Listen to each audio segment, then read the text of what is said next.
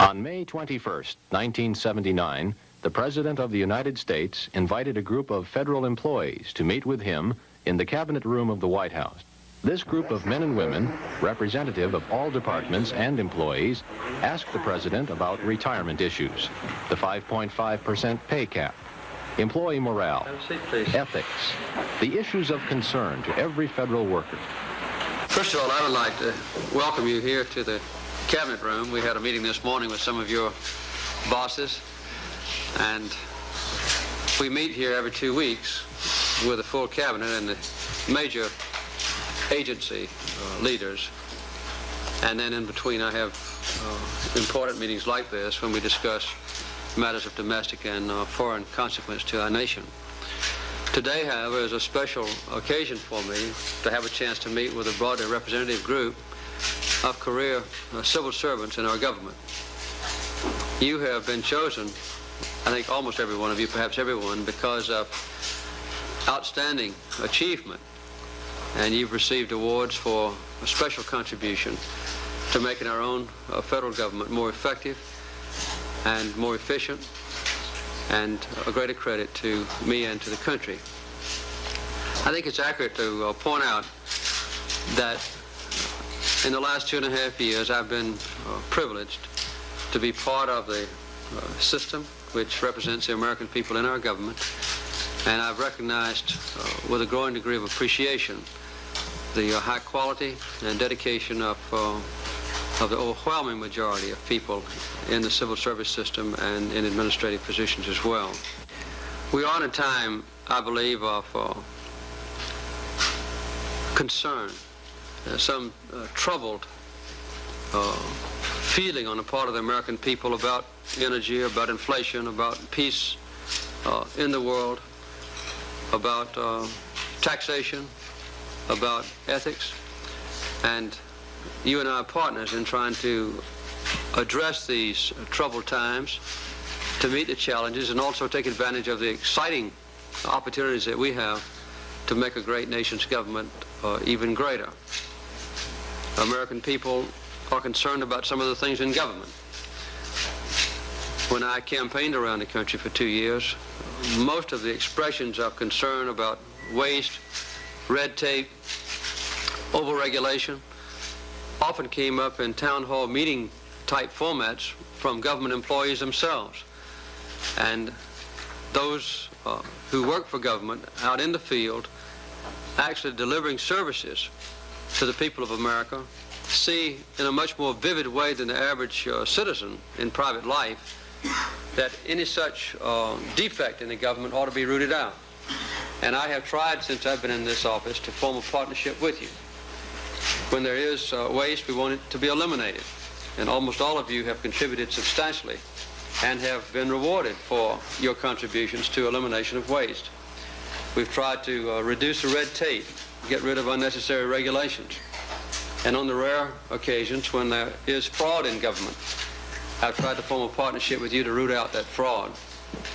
We have now gotten the Congress to pass legislation authorizing inspectors general in the different agencies, and they will not only be a constant source of investigation and improvement and inspiration, but they're also a place where you can go if you have a complaint, or if you have a beneficial suggestion, or if you have a report to make about a defect in government, and you will be protected from any sort of punishment.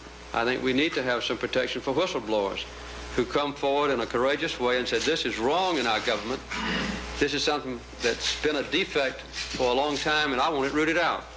And in the past, there have been cases where those kinds of people have been punished. And the example of that punishment has restrained others from coming forward in an effective way to improve the government structure itself. We're now seeking to let the volunteers who want to come forward to take advantage of the senior executive service do so, and the overwhelming portion of the senior executives do indeed want to participate in the kind of career opportunity that lets their initiative and lets their ability and lets their drive and their competence be recognized. And it's an inspiration to those who serve in government to do an even better job.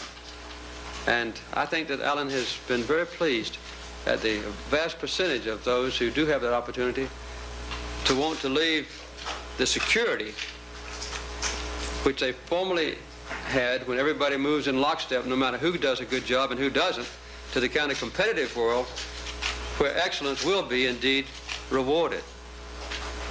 The suggestions that have been made last year by more than 42,000 federal employees and saved our nation over $315 million is a very good example of a new spirit of enthusiasm and dedication on your part and on the part of the other thousands of people like you. Some of them are very tiny savings, a few $100s or maybe a few $1,000s at most. I remember one by a NASA employee that saved our government, I think, $30 million when they recommended that when a space shuttle was launched, it might be launched not with a carefully designed new type of engine, but launched from the top of a modified 747. I know that you have some concerns that you want to express to me this afternoon, and this program being taped on for television will let the other federal employees know about our interrelationship with one another. And of course we have members of the press who will be in the room throughout this session this afternoon. I think it's good for me immediately to put your mind at ease about 2 or 3 rumors that have been floating throughout the civil service in the past. There are absolutely no plans, for instance, to raise the minimum age at which federal employees can be retired or can draw their retirement benefits. I don't know where the rumor came from. We have never considered it. I have never heard of it before. It was publicized in the paper, and several of the civil servants have come to Alan Campbell and to my staff and said, why are you planning to raise the minimum retirement age? We have no plans to raise the minimum retirement age. Another question has been raised about the prospect of the combining of Social Security retirement with civil service retirement systems. I have taken no position at all on this. The Congress mandated that a commission study the feasibility or advisability of this step. And this commission is now doing the assessment work. They will make a recommendation, I think, just before Christmas, December the 20th or something of that kind. And when that recommendation is made, all of you will have access to it. The Congress will have access to it. Alan Campbell will have access to it. So will I. And following that, then decisions can be made accordingly. But in no case will the vested rights of civil servants who have contributed to a retirement fund be lost. I can't imagine any circumstance under which those vested retirement funds would be lost to you. This is a problem, I know, for many people who are concerned about security to have the investigation going on. But I want to emphasize again that no decisions have been made. I have not taken a position on it, and I do not intend to until I can very carefully study the report that will be concluded in December. I might make 2 other points very quickly. We have established, and the Congress, as you know, has approved, the 5.5% pay cap. This was done under the intense pressure of nationwide inflation, including fringe benefits, which is included in the guidelines for private employees. It amounts to more than 6% increase for federal employees. This is not as much as many employees would like, but our nation is faced with a very serious prospect of increasing inflation.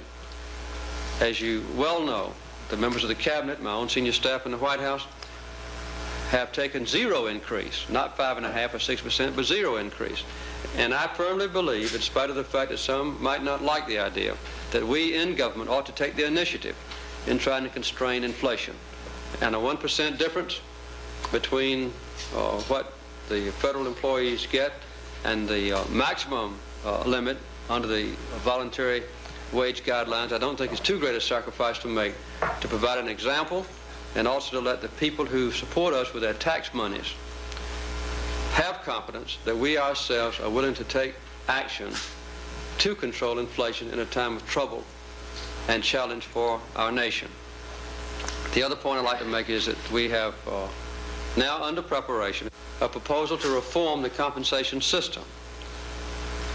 Alan Campbell will go over this in detail with you and the head of the unions and those who are interested.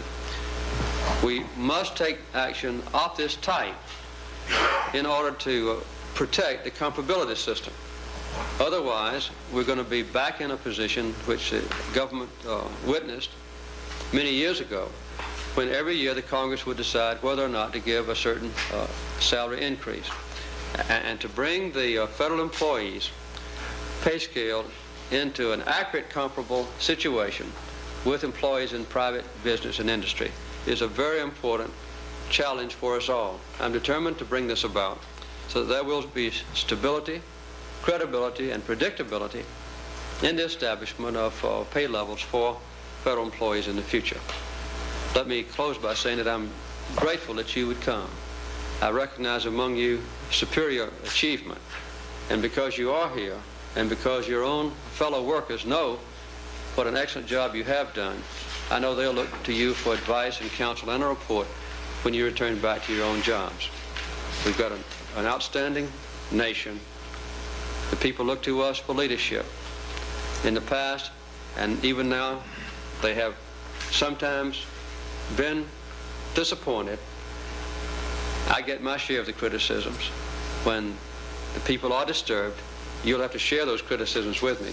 But that should just inspire us to work in a closer spirit of harmony and partnership and do an even better job to correct the defects and the problems that we all know do exist at times in the federal government, and set an example for the rest of the nation and restore the credibility and the trust that's an integral part of strengthening our democratic system. We appreciate very much this opportunity to meet with you, and appreciate your encouraging statements about the federal employees. I hope that this meeting can serve to better communicate your positions and your concerns to federal employees throughout the country. I think the federal employees, over 2 million of them, look to you as their leader and the developer of the policies and the programs that affect their very welfare. We do get feedback, and there are concerns and perhaps perceptions by a number of employees that perhaps a number of steps taken by the administration have indicated an anti-attitude towards employees, such as the comparability pay concept, the rumors about retirement changes, parking, payment for parking for federal employees, the overall ceiling on executive salaries, a restructuring of the pay system, and so forth. So I think all of those collectively have created a great deal of misconception, perhaps, on the part of our employees. I wish you could perhaps comment generally on this, and do you see new positive programs on the horizon that will be favorable to the federal employee area?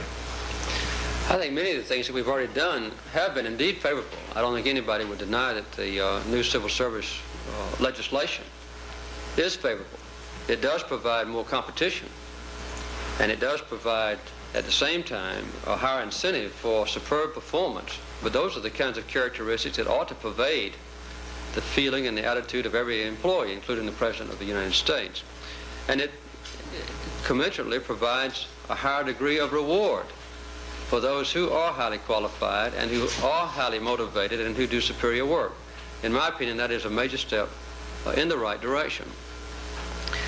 As I said before, I don't believe that the little more than 6% increase in pay plus fringe benefits is too great a sacrifice to ask among the civil servants who work with me in government. I forgot to mention a few minutes ago about the elimination of the right for free parking. As you know, this was a privilege that will be enjoyed until October, when it'll begin to be phased out, that has been enjoyed by just a very small portion of the federal employees.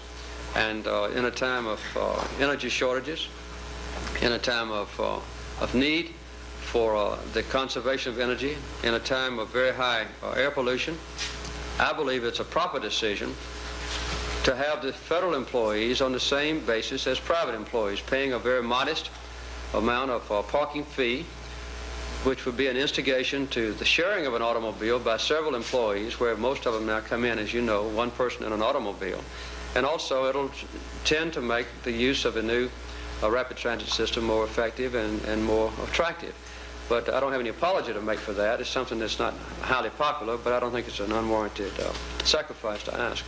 In the pay area, Mr. President, do you foresee that in the years ahead that federal employees will be treated as well as employees in the private sector in terms of I believe that if we can pass a reform compensation legislation that's now in preparation, the idea there is to have the federal employees in a very predictable way have pay schedules that are accurately comparable to those paid in the private sector. It also permits some flexibility from one community in our nation to another, so that the salaries are indeed comparable. I think that's the goal that we want to achieve. My employees are the lowest paid in the wage grade system. They have no bumping rights to nobody. There's only one place to go, is home. What's going to happen to these people when they don't have a job, no bumping rights, and most of them are too old to go out and train again? There's nothing there for them. Well, I'm very concerned about the protection of the rights of employees of that kind, as you undoubtedly have known. When I was beginning programs to reorganize the government, to make it more efficient, more effective, I went into every agency, every major agency in the Washington area, personally, to answer questions. Sometimes 5,000 or 6,000 people would come and answer, and I would answer questions in the courtyards of the Pentagon and other places. And that was a frequent one asked: would you protect the jobs of people who might be affected when the government is reorganized? We have had 6 or 7 or 8 reorganization plans already approved, and I think that I can say that within the best of our ability, I think successfully, we have protected the careers of those who might adversely have been affected. The contracting part of the decisions are made when the head of an agency is convinced, along with the Office of Management and Budget, that contracting itself can save, indeed, the taxpayers and the federal government substantial amounts of money. They make that recommendation then to me, and I have been extremely cautious in not putting forward my own approval of contracting outside full-time employees unless it is obvious that employees themselves will be protected, and also that the government will benefit by reduced cost for a given level of service. Just to add, if I might, Mr. President, that under the new guidelines that OMB has put out, which will go into effect May 30th, any activity which currently is being done by the government, there is a bias in favor of calculating the cost by giving a 10% advantage to continuing it in the federal government. In addition to that, there are employee protections in situations where there is contracting out. I don't mean to suggest for a moment there aren't problems. There are indeed problems, and they're very human problems. But I can assure you that both the agency and the Office of Personnel Management do everything possible to protect the rights of employees and to go a step beyond that and do everything possible to find them employment elsewhere in the system. And may I add something, Please sir? do. I am in the Pentagon, and I do quite a lot of work with contracting. And every one of these contracts are treated very specifically on a case-by-case basis. And all of the very things that Mr. Campbell was talking about are considered. Personal rights, environmental impact, impact on a low-cost area or an area that's in trouble economically. And there are occasions when we go on contract and find out that maybe it wasn't the very best case, as Mr. McDuffie. But I would say that was rather an exception. In general, I would say the program is being very well monitored from where I sit. My impression has been, maybe from a biased point of view, that we are much more cautious now with the new regulations that Alan you described than was the case 3 or 4 years ago. That's correct. About protecting employees' rights. That is correct, much more so.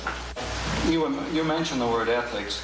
I guess, I would solicit your support for this, and I know that you have given some support to it. I think that the new conflict of interest was needed. There wasn't any doubt about it. The perception was coming over that some people didn't care. But now I think maybe the pendulum has swung a bit far, and we are beginning to lose some really top-level people because of overly restrictive conflict of interest regulations.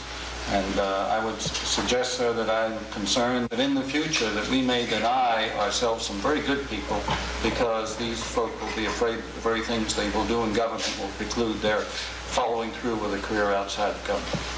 This has been a concern to us. We've discussed it several times around this table when the full cabinet was here. And as you know, there was one amendment added to the ethics legislation in the Senate that we did not support that created a technical problem. And we are now working with the House and Senate to get those defects corrected, hopefully before the 1st of July. We have had a few people who have resigned from government service because they felt that the new ethics legislation restricted them excessively in their future dealings with the government as it related to jobs that they were doing in the government now. I think that it was necessary for some people to leave the government because in the past there has been too much abuse by people who served in the government for a limited period of time, got special knowledge or influence within the government structure itself, went out and formed either a consulting firm or joined a legal firm and came back and used improperly their former contacts in the government. That kind of thing ought to be rooted out, and I'm determined to root it out. The morale factor, I think, is a very significant one that we have to react to.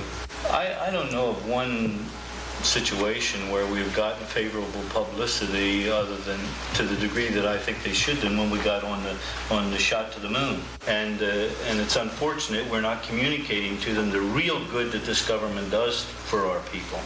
What you say also concerns me. And, I'm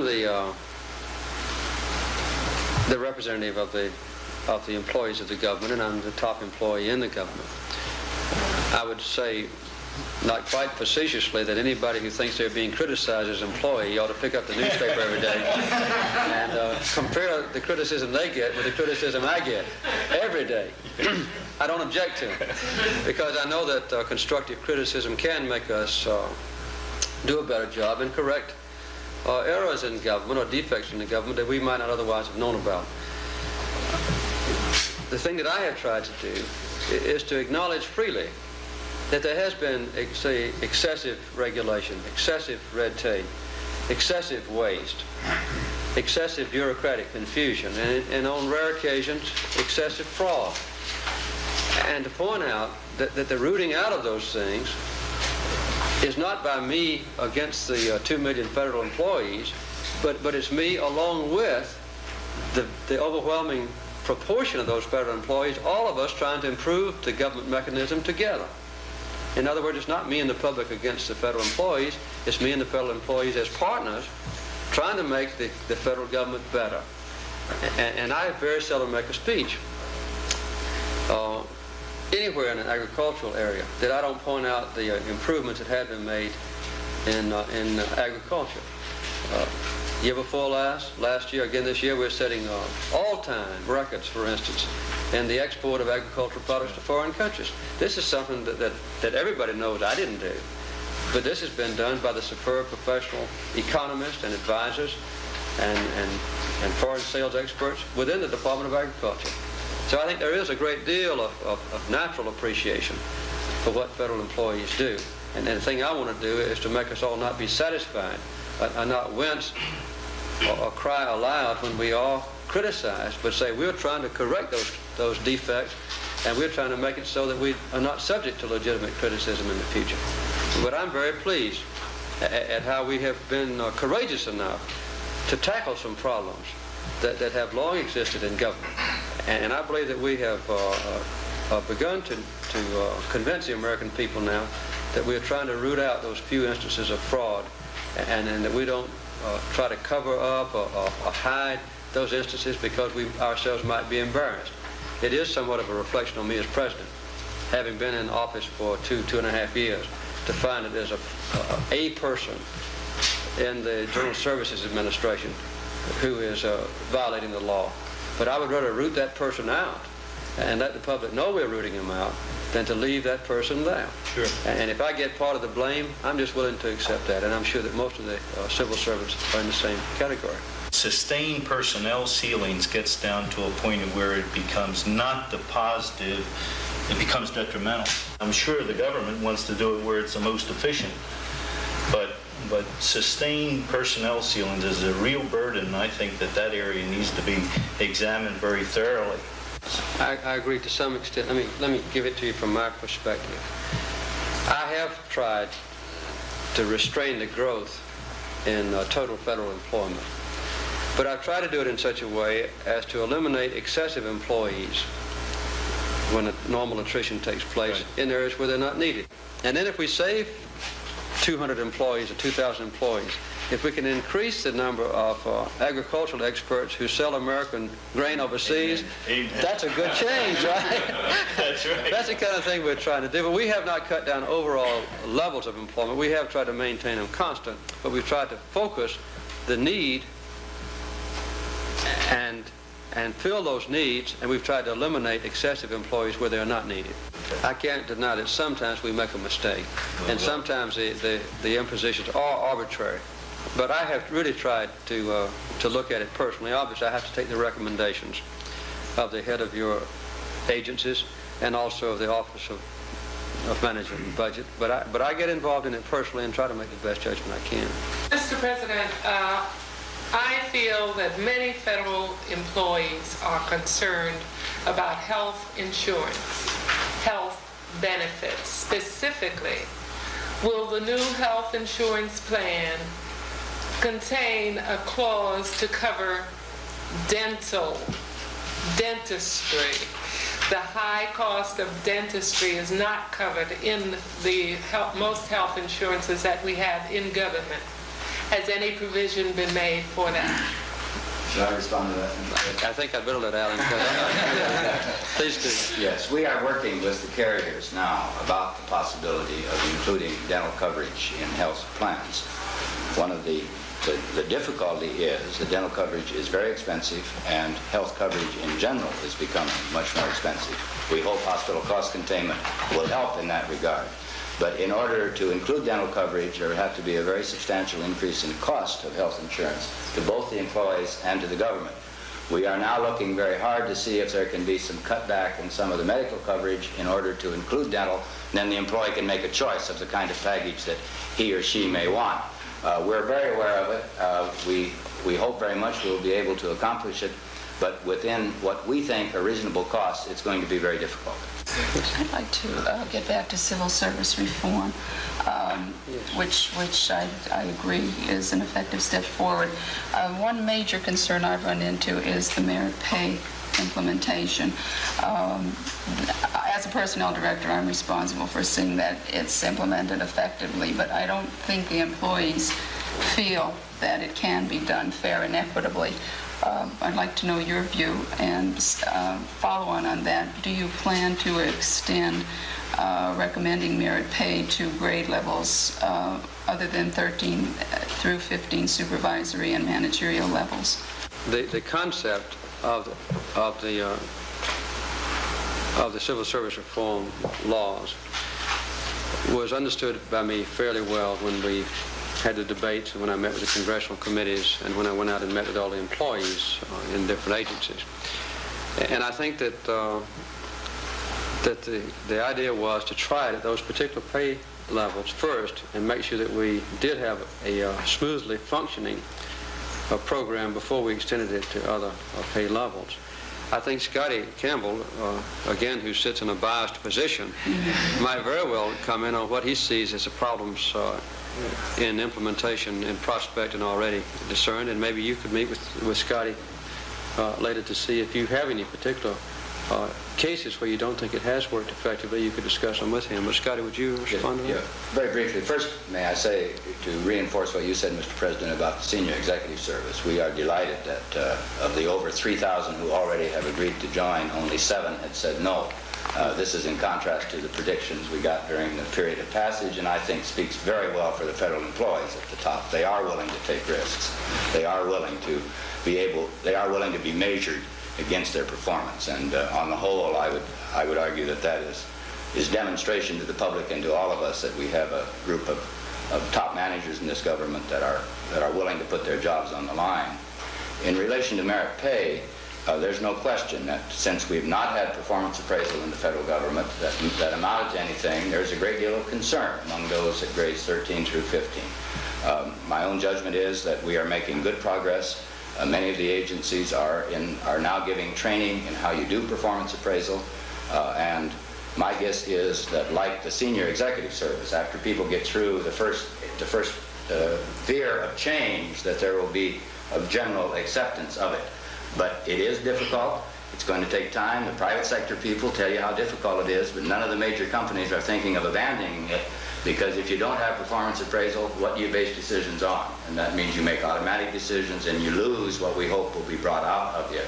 I can just assure you, Mr. President, that we're working very hard to provide training in how you do performance appraisal. We're working with the employees in doing so, and I think a year and a half from now we will have the same kind of response to performance appraisal that we're now getting to the senior executive service. Ms. Scotty, how closely do you work with people like Ms. Garcia to make sure that the initial stages of it are working? We work very closely with the personnel directors across the government, as well as with the assistant secretaries, and I must say we learn as much from them as they learn from us, and as we attempt to put these systems into place. Well, Scotty, our time's run out, but let me say this. As we get into the program on merit pay more thoroughly in the weeks and months ahead, I hope that if a problem does evolve, that where you and the personnel directors agree that we've got an unforeseen problem, that you'll come to me and let me know about it, and we'll see what we can do to alleviate the problem. I think that the principle is, as you know, is very similar to the senior executive service. That those that within a certain reservoir of funds, the ones who do superior work get a higher level of pay, and that I think will be an incentive for us all to try to do a better job, to let the American people be truly proud of the outstanding work that we hope to continue to do in federal government service. I'm part of you, and I'm very pleased today to have you representatives of the different agencies, and also the different pay levels, and also the different careers come and meet with me. I've learned a lot in preparing for this meeting, and I've also learned a lot from your comments and questions, and I wish you well in the future, and I know you wish me the same. We'll do a good job for the taxpayers of our country. Thank you very much, Scotty. Thank you all. This program was produced as a joint effort of the Office of Personnel Management and the Army Audiovisual Center for the information of more than 2.5 million federal employees. For a printed copy of this program, see your personnel office or write the Office of Personnel Management, 1900 E Street Northwest, Washington, D.C. 20415.